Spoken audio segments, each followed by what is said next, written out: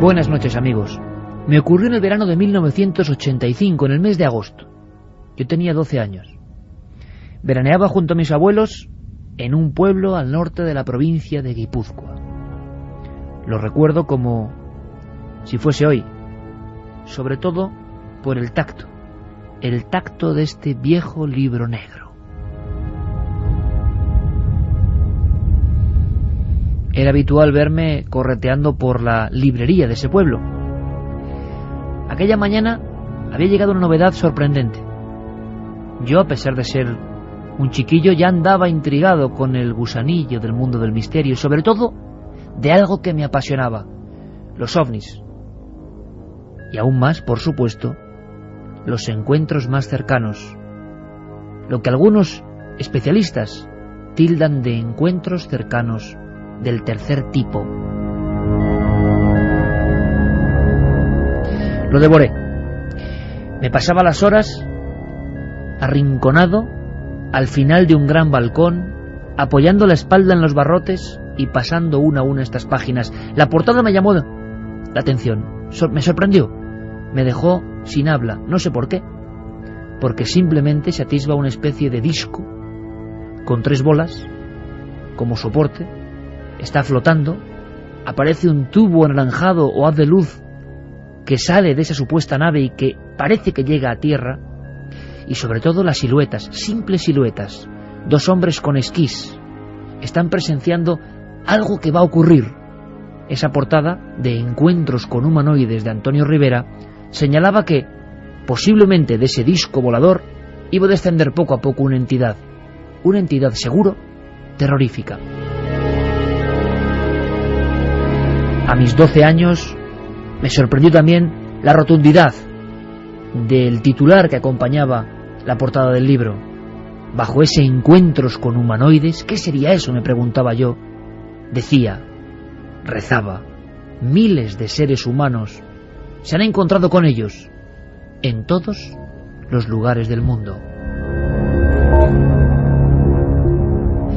Y es verdad, miles de personas, hoy y ayer, en la historia y en el presente, han asegurado, de pronto, como si la realidad sufriese una especie de fricción, como si entrásemos durante unos segundos o minutos en un espacio onírico, en lo que algunos llaman subconsciente arcaico, el lugar donde está todo lo extraño que acompaña a la raza humana. Lo han podido ver. Militares, médicos, campesinos, niños, camioneros, viajantes, personas de todos los ámbitos, todas las ciencias, todas las creencias, todos los países. No queda ninguno por sumarse a esta larga lista de lugares donde ha ocurrido lo extraño. No hablamos de ovnis, no hablamos de luces en el cielo, hablamos de, a veces junto a estos artefactos, sea lo que sean, la presencia de entidades. Ahora los científicos, con visión mucho más lógica, otean el espacio intentando preguntarse cómo sería la vida de haberse formado en entornos lejanos a nuestro planeta. Una vida basada en el carbono, ¿qué tipo de formas plásticas generaría? ¿Es posible encontrarse con seres de otros mundos que tienen forma antropomorfa o humana? No lo sabemos. Algunos lo descartan. Para muchos científicos y pensadores, las vidas en otros mundos tienen que ser algo que no se parece a nada de lo que nosotros podemos llegar a imaginar. Es una conducta no humana. Nuestro pensamiento tiene unos límites. Pero entonces, ¿qué han visto policías? ¿Qué han visto sacerdotes? ¿Qué han visto trabajadores de cualquier ámbito? A veces en las carreteras, a veces en las campiñas, en ocasiones cerca de su propio domicilio. Una luz y de pronto una silueta, alta, baja, portando algún tipo de objeto, dejando unos centímetros entre sus pies y el suelo, próximos a extrañas naves que parecen relucir, en pleno día, en plena noche, en el bosque, en mitad del desierto. ¿Quiénes son los humanoides? Solo sabemos una cosa, que desde el principio del tiempo, quizá desde las primeras manifestaciones plásticas, aparecen. Son compañeros, ángeles, demonios, genios, hadas, duendes, hoy astronautas de otros mundos. ¿Quién demonios son los humanoides? Hoy desterrados, A casi nadie le interesan, a pesar de que yo quiero demostrar esta noche que sus historias merecen la pena, que generan una extraña inquietud en lo más hondo de todos nosotros, de todos los que hemos oído radio y hemos escuchado el misterio. Son encuentros a veces tan absurdos que precisamente ese marchamo absurdo, que rompe todo lo convencional, lo convierten en casi auténtico. Vidas marcadas, eso os lo aseguro, amigos. Vamos a hablar de varios casos, vamos a otear en lo más profundo de los archivos, vamos a rescatar algunos informes que nos han sorprendido y queremos que lo vivéis con nosotros. Hay, es cierto, un argumento, una especie de nexo en esta especie de bestiario incomprensible. Todas las personas que se encontraron con ellos vieron cómo su vida cambiaba de raíz. Ya no era posible, no se podía ser incrédulo. Ahí estaban los humanoides, y con ellos un enorme misterio. Queremos descifrarlo. ¿Nos acompañáis? Y ojo, vamos a rescatar casos antiguos, cierto, los que más nos sorprenden, las formas más bizarras, más extrañas, más de la fantasía o de la locura, o de la verdad. Y digo ojo porque los casos, a pesar de que ya no se habla tanto de ellos, se siguen produciendo. Claro, hay una variación. Antes se contaban, ahora da demasiada vergüenza. ¿Quién va a creer en esto? Pero las personas que los vieron son personas normales. Un día, todo varió. Santi, buenas noches. Buenas noches, Iker. Santiago Camacho va a traer documentos que demuestran que en unos lugares donde han ocurrido cosas, hasta prácticamente el día de hoy, siguen pasando esas cosas. Esas manifestaciones siguen queriendo decirnos algo. Pues sí, porque muchas veces el gran caso de la ufología, la gran aparición que llena titulares de periódicos, pronto pasa al olvido y nos olvidamos de que después de 5, de 10 años, a lo mejor en el mismo sitio siguen sucediendo cosas extrañas. Y ha habido algunos investigadores que han dedicado décadas de su vida a uno solo de esos sitios del misterio, a uno solo de esos casos, y han terminado recuperando más y más incidencias en el mismo lugar. Carmen, buenas noches. Buenas madrugadas, Iker. En tu mesa, en tu sector de la mesa de este estudio de la cadena SER, junto al micrófono, un libro sorprendente, lleno de figuras, de formas.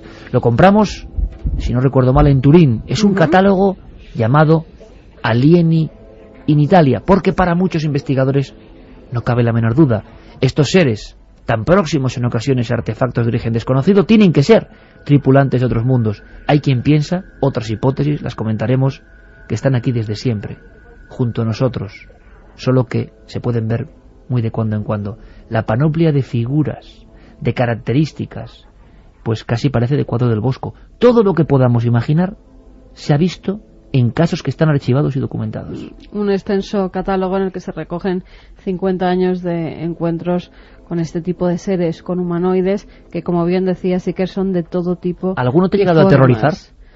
Hay alguno que sí, que verdaderamente da terror por lo extraño que es, y además encontrártelo en circunstancias además muy raras, o por la noche, yendo sola por un campo, por un monte, o incluso a pleno día, pero con una oscuridad terrible que reflejaba ese ser.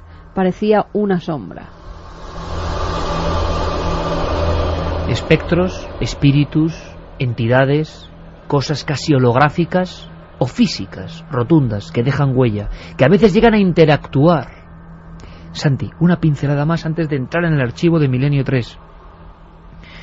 Interactuar hasta el punto de, y casi en titulares, tener casi trifulcas con estos seres. No es ver una figura en la lejanía que se desarrolla, que hace sus operaciones ajena a nosotros, como ocurre muchas veces, sino que en algunos casos que vamos a rescatar, casos que nadie ha podido explicar, ha habido casi, hay que decirlo, agresiones. Pues sí, muchos de nosotros aficionados al misterio hemos visto la película Señales y nos acordamos de esa escena, de esa familia cercada en una granja por unos seres que apenas pueden comprender, unos seres que no saben qué quieren de ellos y que ellos intentan defenderse como pueden. Lo que vamos a revelar esta noche es que esa escena está basada en un hecho real que sucedió en Estados Unidos no hace tanto tiempo.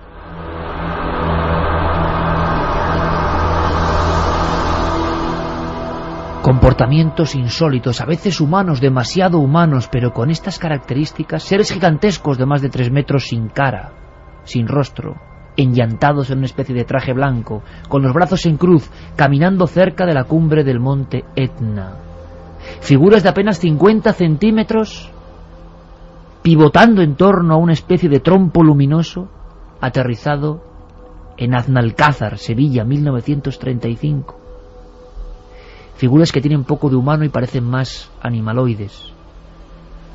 Como Fortunato Zanfretta en Italia, 1978, le pareció ver una especie de reptil que se incorporaba y que le miraba fijamente.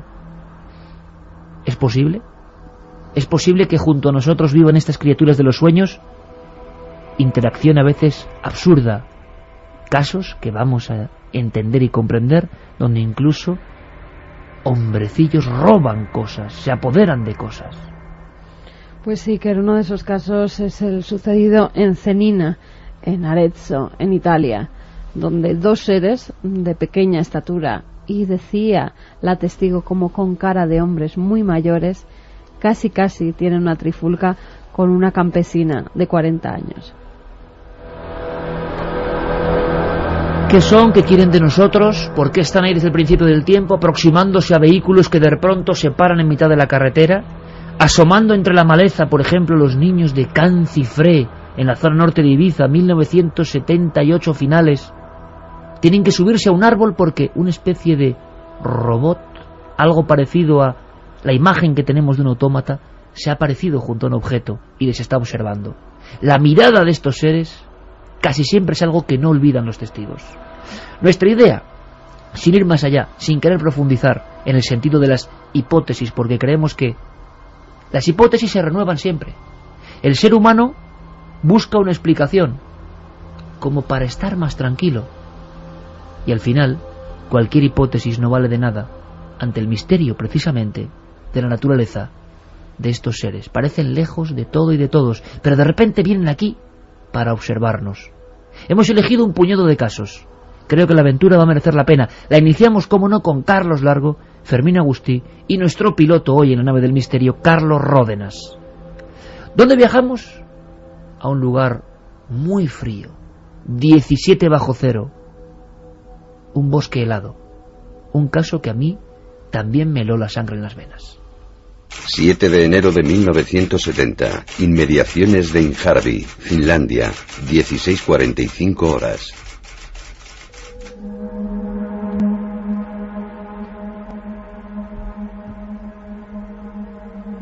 ...17 bajo cero, no me he equivocado.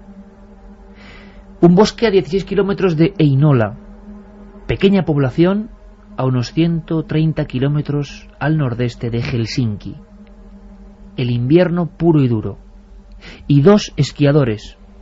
Uno de ellos es guardabosques, el otro labrador. Y por supuesto, en homenaje a ese libro, que hace ahora 25 años prácticamente, a mí me abrió un mundo nuevo, en homenaje a esa portada empezamos con esta historia. La rescatamos del archivo. Es tremenda. O eso me parece a mí. A ver a vosotros. Nombres: Arno Heinonen y Esko Viljo, 36 y 38 años. Son practicantes del esquí de fondo, un deporte muy popular en Finlandia. Y están llegando a lo que llaman un calvero del bosque. De pronto notan un extraño silencio, que es algo que comprenderéis, amigos del programa, que no es casual.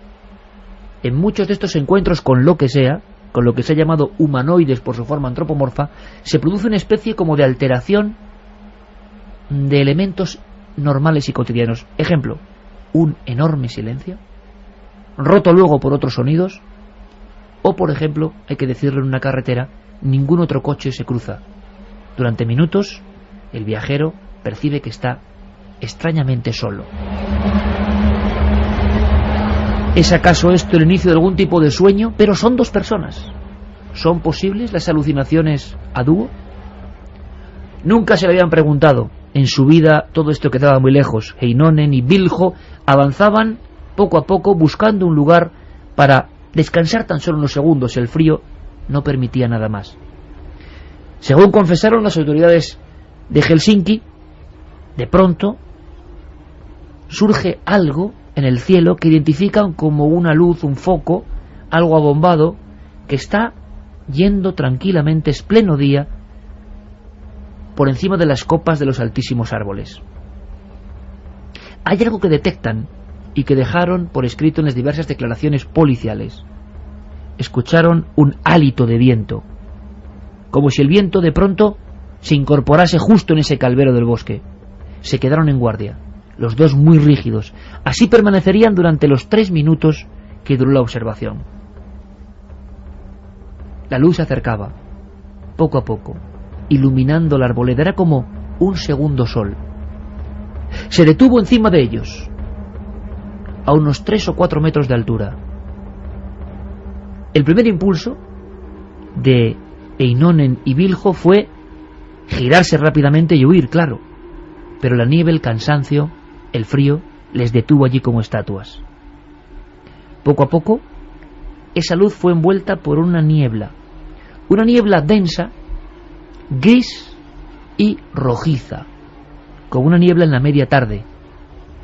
De pronto la luz, que se había quedado estática, que era simplemente un foco, se convirtió, según los dos esquiadores, en algo muy parecido entre la niebla, entre las varadas de vapor que soltaba aquello, en algo, como digo, muy parecido a un corazón que pulsaba, un corazón que latía.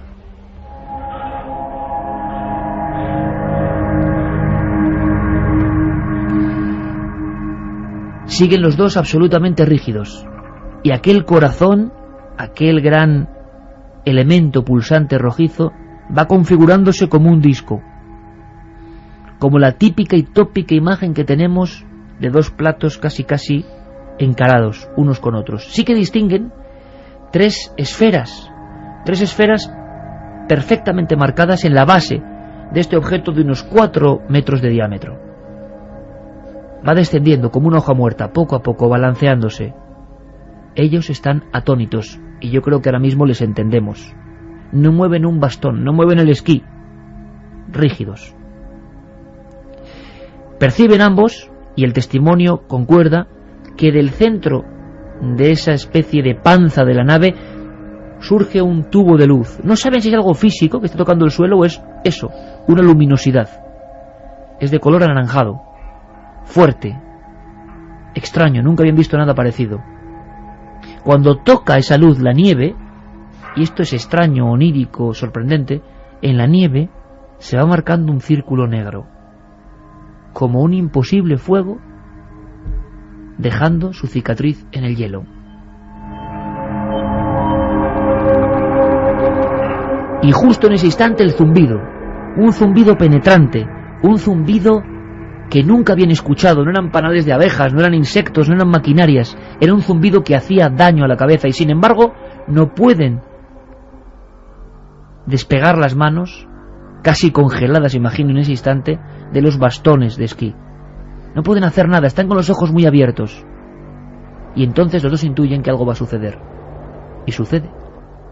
Por esa rampa, tubo o pasillo de luz va descendiendo algo o alguien. Toda la escena envuelta de unas nieblas que ya se han adueñado del calvero del bosque. Ven que hay alguien, un individuo, y entonces la parálisis que sienten se conjunta con el miedo, con las ganas de huir, de alejarse de allí, pero no pueden. La niebla rojo-gris está siendo como antesala de la presencia de un ser. El ser que ufológicamente en el archivo policial de Helsinki se llamó extraño individuo de Injarvi. La descripción es una de esas insólitas, nunca vista que sepamos a lo largo de la historia de la ufología. Descendiendo tranquilamente, como controlando la situación, un ser de no más de 1 metro. Parece, dice Viljo, un individuo enano. Está sujetando algo, les mira y se ladea hacia uno de ellos. Tiene la cara pálida. Sujeta algo que parece una caja y tiene un extraño atuendo, una especie de gorro en forma de cono. Llega a tocar el suelo y entonces la niebla se disipa. Se quedan frente a frente 2 esquiadores y aquel ser. Pero ¿por qué no escuchamos directamente lo que ellos dijeron? la descripción que ellos hicieron del extraño visitante. Cedamos la palabra a Heinonen. Dice: de pronto sentí como si alguien me hubiese agarrado por la cintura y tirase de mí hacia atrás. Creo que di un paso, y en aquel mismo instante vi al ser. Estaba de pie, dentro del rayo de luz, con una caja negra en las manos. Por una abertura redonda de la caja surgía una luz amarillenta y pulsante. El ser no sobrepasaba los 90 centímetros de alto. Sus brazos y piernas eran muy delgados. Su rostro pálido, cerúleo. No reparé en sus ojos, pero sí en la nariz, que era muy extraña. Más que una nariz, parecía un pico ganchudo, una especie de trompa. Las orejas muy pequeñas y se estrechaban hacia la parte superior. Aquel ser llevaba una especie de mono de un material parecido al verde. Vi también que llevaba unos guanteletes blancos que le subían hasta los codos. Y lo que más me sorprendió y aterró, los dedos con los que sostenía la caja parecían garras curvas. En aquel informe también quedó la descripción más somera de su compañero Esko Viljo. Si era una alucinación o un sueño, lo habían tenido los dos. Decía Viljo: yo también lo vi. El ser estaba en el centro de la luz brillante y despedía una luminosidad fosforescente, pero su cara era muy pálida. Tenía los hombros muy delgados y caídos, con unos brazos finos como los de un niño. El ser medía menos de 1 metro y era muy delgado. Sobre la cabeza nos pareció distinguir una especie de casco cónico. ¿Y qué hizo ese ser? Nada. Mirar a uno de ellos, a Heinonen, señalarle con la caja e inundarle con su luz. Acto seguido, como si todo hubiese sido una pesadilla, se desvanece. Aquel disco se vuelve a convertir en la luz pulsante y se pierde en el cielo frío aquella tarde a 17 bajo cero. Ambos llegan a casa. No saben ni qué decir. Durante meses ni Viljo ni Heinonen hablaron de lo que les había sucedido. Pero lo más extraño de este caso es que Heinonen empezó a tener miedo de su compañero Viljo. Es más, llegó a pensar, tras una serie de sueños que empezaron a atemorizarle, que la imagen de aquel individuo, de aquel ser, era una especie de deformación de su propio compañero, una proyección del aspecto deformado, terrible y diabólico de su propio compañero. Los dos tuvieron manchas rojizas en la cara, en el cuerpo, orina negra, negra como el café, dicen los informes médicos, y todo tipo de dolores terribles. Uno de los médicos que les trató aseguró que era la misma forma de diagnóstico de alguien que hubiese estado sometido a radiación, a altas dosis de radiación. Era el 7 de enero de 1970. Heinonen pidió incluso al Estado finlandés una pensión. No podía trabajar. Su brazo, de hecho, se había quedado completamente paralizado, inservible. No podían trabajar en los durísimos, vamos a decirlo así, trabajos, sistemas de operaciones que hacían con la madera como labrador. El guardabosques tampoco. Se había quedado como un inútil prácticamente. Poco después, uno de ellos entró en una especie de vena de misticismo. Para muchos, Viljo se volvió loco. Había asegurado observar al mismo ser tiempo después. Y los dos, hasta el final de sus días, porque no sabemos qué fue de ellos, fueron fotografiados, se midió la radiación y no había nada. Los dos, como digo, tuvieron en sus casas, en sus pequeñas cabañas, no muy lejos de ese bosque, sucesos terribles por las noches, visiones, despertarse y creer que ese ser estaba dentro del domicilio, con la caja, las garras, esa extraña nariz, mirándoles. ¿Se habían vuelto locos? ¿Eran víctimas de un experimento? Nunca lo sabremos. Ambos no pudieron volver a trabajar. La locura de aquella visión les acompañó para siempre. La extraña historia del ser, del pequeño ser con una caja entre las manos, del bosque de Injarvi.